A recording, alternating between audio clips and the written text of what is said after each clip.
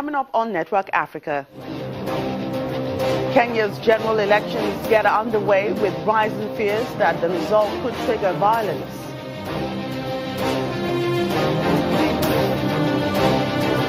South Africans protest for and against President Jacob Zuma as Parliament begins to vote on a no-confidence motion against him. And later, Nigerian innovator creates an application to fight food wastage.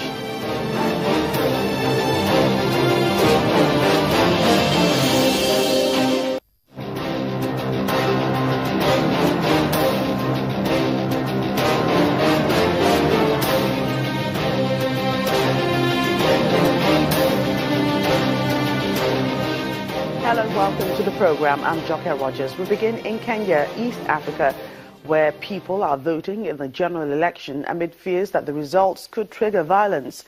President Uhuru Kenyatta earlier called for unity, saying he would accept the outcome, urging his rivals to do the same. He asked all Kenyans to move forward as one nation. Long queues were formed at polling stations early, with some minor squabbles reported. The contest pits Mr. Kenyatta against his longtime rival, Raila Odinga, and is seen as too close to call.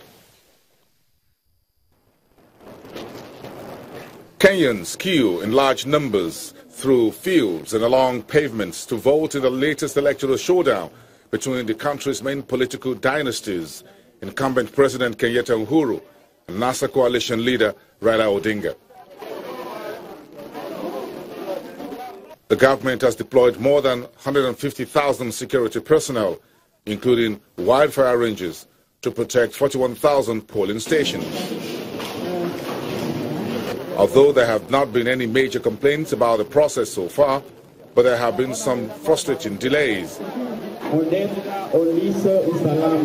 President Kenyatta reassures Kenyans. My competitors, as I have always said, in the event that they lose, let us accept the will of the people. I am willing myself to accept the will of the people, so to them too. Accept the will of the people. Let us come together. Let us pull this country together, and let us move forward. Former U.S. Secretary of State John Kerry, heading the U.S. Election Observer Mission, say voters are taking the election with all seriousness. It's too early for us to draw any kinds of conclusions, so we're not. But obviously, given what's happened in the past and given the stakes for the future, this is a very, very important election. Women prisoners in Langata's maximum security prison in Nairobi voting for the first time. They won the right to vote in the 2010 court ruling, but have not been able to do so until now.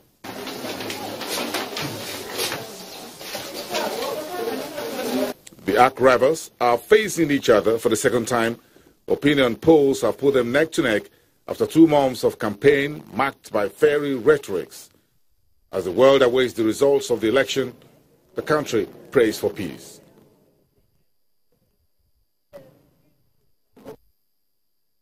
Kenyan journalist Teddy Otieno is following the elections, and he joins us live from the capital, Nairobi. Thank you for your time, Teddy. A very good evening to you. Right, tell us, are the electorates enthusiastic about the election, or is there voter apathy?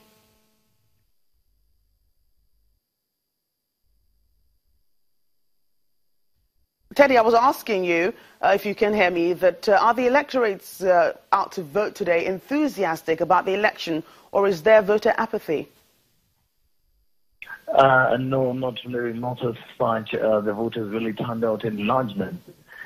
You can tell by the mood at the moment. Voters are pensive. Kenyans are waiting for the results. Give us a sense of how the elections have been going so far.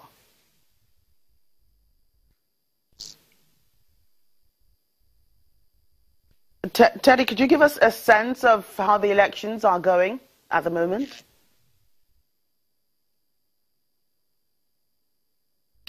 Well, I think there's a connection problem there. We'll get back to Teddy on, the voting in Kenya as soon as we can get him back. Let's take a look at some other stories.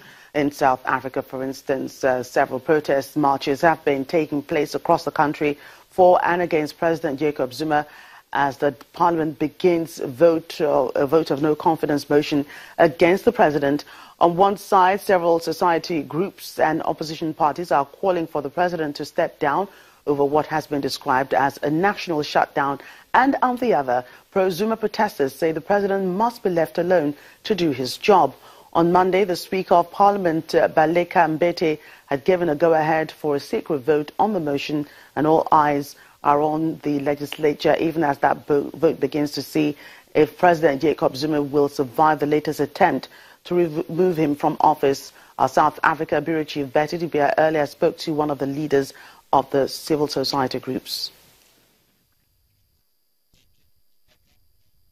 The 400 MPs of the South African Parliament have an opportunity to look into their consciences, to decide whether this President Zuma is a corrupt president, whether he's a fit president or not, and to vote accordingly. I hope that they will vote to remove our president, and that will then start a process of appointing a new president for South Africa, who is somebody who's honest and accountable and incorruptible. If a majority of all the ANC MPs vote for Jacob Zuma, then they must live by Jacob Zuma. They must not come and tell the people that they distance themselves from his behavior, because they had an opportunity to get rid of somebody who is known to be very corrupt, who has done terrible damage to our country, and yet they chose to keep him in Parliament.